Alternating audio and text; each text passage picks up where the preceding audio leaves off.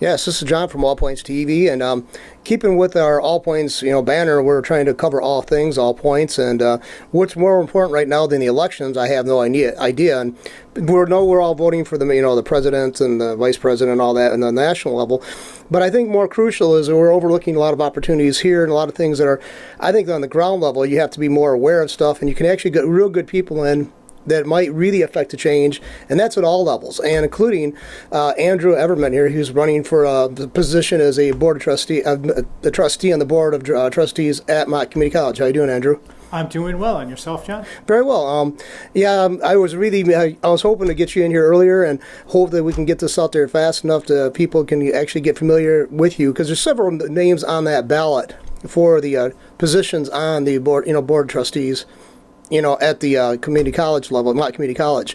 And I don't know much about, anything negative about them, but I think you're a sterling person. I think I think people should really look at you and vote for you. So we'll go into why I think so. So first off, you're a lifelong resident of the Flint area, right? Yes, I am. And are you a product of the Flint schools, or? No. I went to school. I started out in kindergarten at Cook School in Flint, and then our family moved out to Flushing, and I graduated from Flushing. But you have I've known you for 7, 8 years now. At least that long. And it's been a long time, and I know that you've always been front and center for everything going on. You've been connected to the Mott community. Did you have a role in the Mott Community College prior to this? Or? Yes, I have served on the Mott Community College board for 6 years and then rotated off. I'm currently on the Genesee Conservation District board. I'm the treasurer on that board. So, Mott Community College, I think I don't know if most people know this, but correct me if I'm wrong, but I think one time I read a blurb on Facebook, somebody posted it it was a link to an article that was voted the second best community or junior college in the United States. And that was just recently, wasn't it? Yeah, that, in fact, just prior to me going off a few years ago, we became within the top 10 community colleges in the nation. And just recently, we've been going through that appraisal again, to become one of the best community colleges in the nation. But I think it needs to be looked at more thoroughly than just somebody from outside the area has determined that we could be in the top 10. When our students get done to their classes transfer, seamlessly do they go on to a university of their choice with our classes being taken. And in addition to that, when our students graduate, how well are they earning a living? Are they equal to or greater than the other community colleges in the state of Michigan? So whereas an organization outside of our state can make a judgment on us, how do our students feel and how do our community feel? And I would hope that everybody is comfortable. Yes, we do have some issues that need to be dealt with at the college. Waiting lines when people come in for student aid, financial aid, and getting registered seems to be an annual problem that we've been working on. And hopefully we have a vice president right now that's been brought in for an interim level, or an interim term, excuse me. And hopefully she gets that put back into place so students can get through more seamlessly. Because I remember that when I was going to college there, and this was 81, 82 when I first started. Years ago, we didn't have computers, you didn't have online access, you didn't do registration through online. You had to wait in line, in physical line, around and it was inside. It was it went through two buildings. I mean, I'm not exaggerating, for the registrar's office. I was there about the same time, and I remember that. And no, but I had friends who went to Mott and they went off to school to other schools, other colleges. I had a friend who went to Lawrence Tech, then he went to University of Michigan, then later on he got a fine arts degree from Goddard University. And so obviously he's meet up with a lot of very educated, intelligent people, being professors, faculty of the different places he went to. And he still has real strong attachment to Mott, and also thinks fondly of one of particular professors. I don't think, it's not shaming her but I just don't bring her name up, but she was in there as a psychology professor there, and he considers her probably one of the best, almost exemplifies what a professor was supposed to be like, and that was at a community college. So and there's a lot of innovativeness there. I remember over the years, I worked at Mott for a couple of years as at the infrastructure IMS office, information. No, it's actually instructional media services back then, and they were really they're really aggressive in trying to embrace new technologies and new ways of doing things, and they always seem to be on the forefront of that. You know, and I'm thinking back to the time when you were there, the early 80s. There was a professor, Dr. Wise Joseph, and he had this wonderful program that he put together about international business. Subsequently, it was copied by an Ivy League school with his permission. But through the decades, and we've been in existence since 1923, originally as Flint Junior College, we have had faculty that have just had stellar credentials when they've come in, and they've stayed current, and they have engaged our students in ways that have given them lifelong learning skills. We can go back to one of the original basketball coaches, John Bojan, who taught in the math and science division. And when you talk to many of the older, I'll make judges feel bad, but some of the older judges and a few of the doctors in town, they had him. And they remember what a challenge he was and how he really engaged them to learn. Not in a friendly way, he was forcing them to become great students so they could become great people. Currently, we have a very good faculty, and we have programs put in place to help our faculty become even better, which is one of the reasons why we're classified as one of the best community colleges. As I talked in the past, we want to make sure our students are making a good living when they get done. But our faculty, we need to make sure that we help nurture them along, and that process has been going forward very well. And I remember now, people should also keep in mind that you were in a position on the board years ago, a few years back, so you helped shape a lot of this, and we're also seeing a lot of it carry what you brought to fruition is still going on, I think. I remember they were always striving. I mean, they did have this focus. I remember one of the professors, the same professor I was alluding to, she was there to attempt to lure her away to other colleges, mainstream universities, big universities, and she just totally declined their offers because she just had this kind of appreciation for. She said, "I get a chance to meet people here that I probably would never meet in a more, traditional university." Yes. And that's, I think, the emphasis, because basically this area has been set up on by all kinds of forces, economic and otherwise. And basically, you're not getting the 18-year-old, 19-year-old coming out of high school. The Mott is like just perfectly, but really strove quickly to get into that so they can actually reach what they call the non-traditional student. And I remember that in the early 80s when I was going, there were a lot of people, when I was taking classes, there were older people who were, if they had been factory workers, and now getting trained to do something else totally, before they totally phased out their jobs. And I remember some of these people hadn't been in school for 30 years, 25, 30 years. And they had programs set up for them. They actually had a higher additional instructional staff to actually handle the lower level classes so they can actually get them up to speed. They Mott did a tremendous job for that. So, I can remember in the early 80s, the average, because they used to publish it, the average age of a student was 43 and a half, and female. Today, I don't remember whether it's male or female, but the average age is 27 and a half, I believe. So the age has come down. We don't have that many of the displaced workers that are coming back because they've aged to the point where they're now retiring. So we're having to draw more of the students, and we are the number one choice for high school graduates in Genesee County. When they're going on to a college, they usually end up at Mott College. And we do an excellent job of integrating them into the higher education and what it takes to be successful. We have faculty that are really able to bridge that gap for them because there is such a change from high school to college, the way you better do your homework, because if you don't, you're not going to make it. And when you go away to a university, most of the university professors, they don't care if you do your homework or not because they're going to get paid anyways. Our faculty take the time to make sure you're doing the best you can with the abilities that you have and helping you get through. And you don't get that at a university. What would be your objective if you get elected to this position? What do you want to, you'd be basically picking up some kind of, up where you kind of left off, So what would you like to resume, or where would you like to go in a different direction, or what areas do you think are really crucial right now?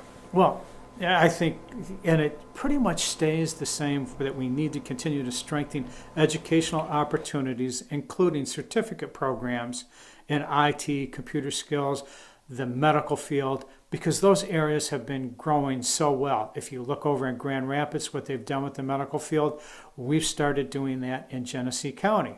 For example, Michigan State coming to town where the old Flint Journal had been. So we need to continue to move on with that. But we also, as board members, need to help bridge that gap between the private sector, the business sector, and the educational community to help them move our students seamlessly through our community college, whether they're just working for a certificate program or looking to go on for that 4-year degree at a university. My preference would be that if they're going on for that 4-year degree, that they're moving on to the University of Michigan Flint. It's part of our community. U of M Flint also has great faculty, great people that are working there, and they're really engaging our community to grow.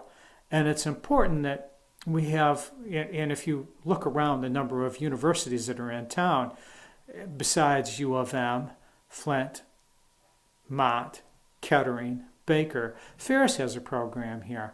And we have a university center over at Mott. Michigan State has some classes there also.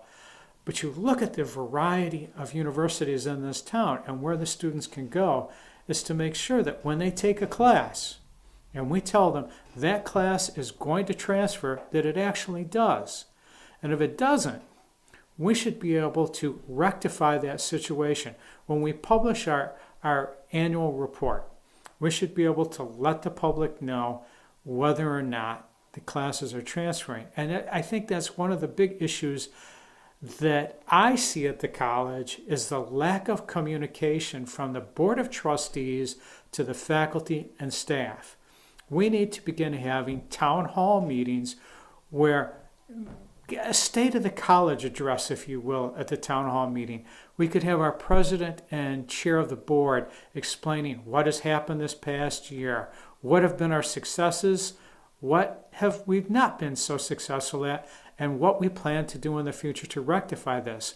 But the open line of communication for faculty and staff to pull one of the trustees aside and say, hey, this is what's going on in my area, I'd like you to know, is something that really hasn't been done in a number of years. And I'd like to see that become something that we can actually work with. If you look at state representatives and state senators in our area, each of them have a coffee hour where they will meet with anybody that would like to stop by and talk to them. Now, granted, a trustee at a community college does not get paid a thing for doing this. You're involved in it because you care about the college, you care about education, you care that it brings our community forward. But I think we, as trustees, need to begin taking the time and meeting with any individual and finding out what's going on at the college that we don't know about. The other thing that this college fund, if you look at the tax base in the past few years, particularly after 2008 when we had the financial crisis, you have a couple things that come into play. Proposal A and the Headley Amendment, which reduces the property taxes in the area. And then we had the water crisis in the Flint area, but not just in the city of Flint. People, when you live outside the city of Flint, Flint Township, for example, they don't use Flint water, but people are always questioning that. So it doesn't allow the property values to go up as quickly as they need to, so it continues to bring the revenue into the college.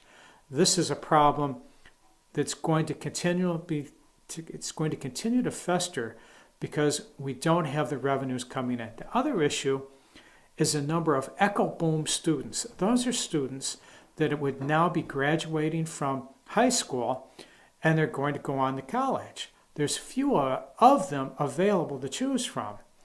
And the other thing that has happened is a lot of the universities are now allowing a dual enrollment program. Now, a dual enrollment is when you're at high school, you can take a college classes to work towards your associate or baccalaureate degree. Mott's been doing this for a number of years. Universities have also gotten into this. And it's taking some of the students that we would traditionally have as freshmen and sophomore at Mott, because when they're done, and it's great for them, they're ready to start college as a junior. So they're not coming in, we're losing that pool of students. So that's something we have to find a way to rectify. This past September, I gave a lecture at Beecher High School to their senior class, divided it up in a couple of groups, and it was how they should behave when they go for an interview.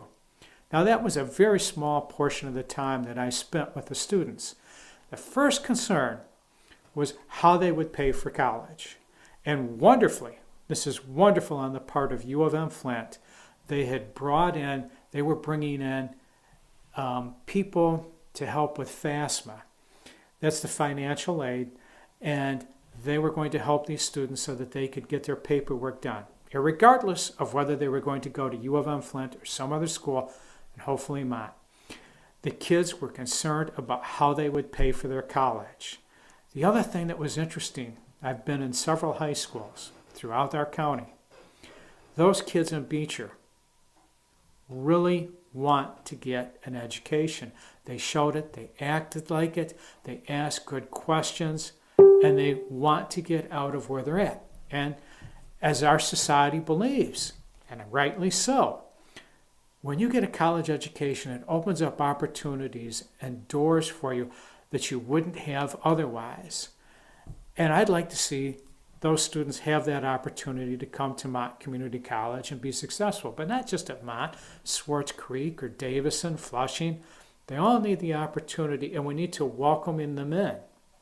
One of the things we could do is begin offering classes in the evening on their campus, or perhaps during the day. You know, at Mott College a few years ago, we eliminated political science as a requirement. And we had 7 instructors, now we have 1. This most recent election, there's a lot of questions people have about how the Electoral College works, how candidates are able to rise to the top to get their nomination.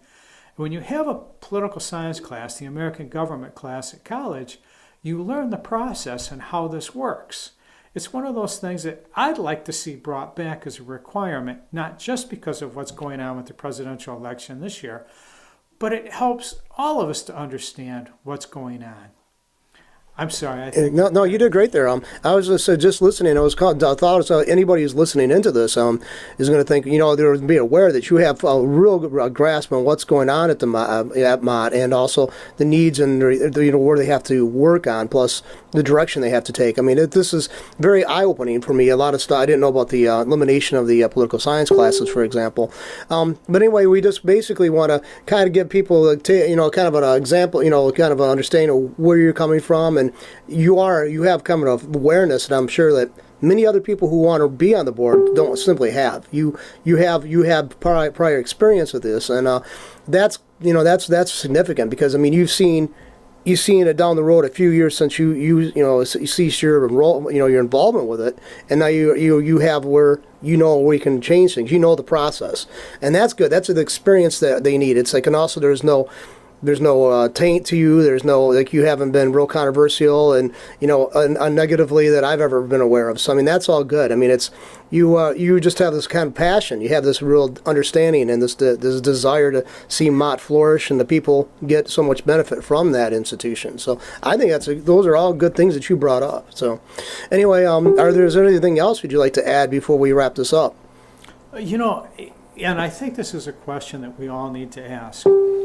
When it comes to the college education, certificate, IT programs in particular, when we educate a student and we send them out as a graduate certificate IT program and we put them in the workplace, if those students can't do the job and we have certified that they can, perhaps we should be taking them back and saying, okay, we're going to help educate them and get them prepared for that job.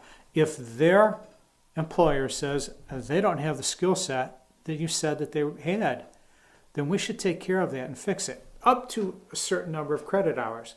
Now, you could say that would diminish our number of graduates, so be it. Let's make sure when our graduates graduate, they're prepared and ready.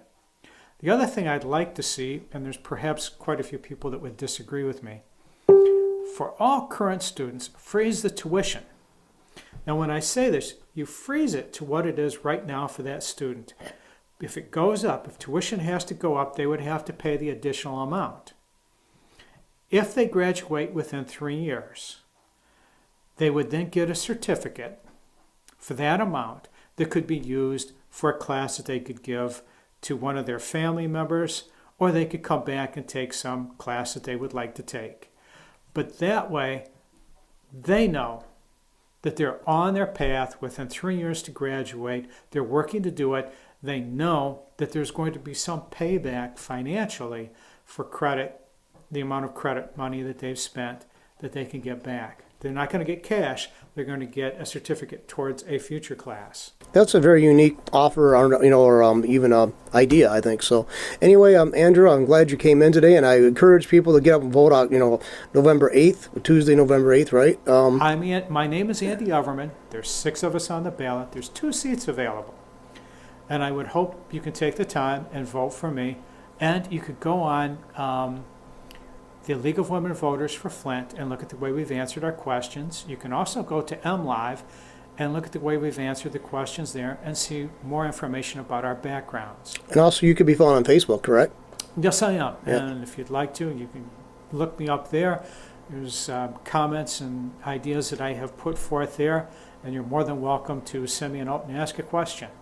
Well, Andrew, thank you very much again for coming to the studio here today. And people, get out and vote. And remember, there's a lot more on the ballot going on locally and on the national level. Everybody's hearing that too, almost nauseum. We've been hearing. I'm nauseated about it. But anyway, and the choices. But anyway, keep in mind you have some say on the local level that actually can be actually down the road can actually impact on a greater level. So don't fail to exercise what you do have in your hands. So thank you again. Thank you, Jeff.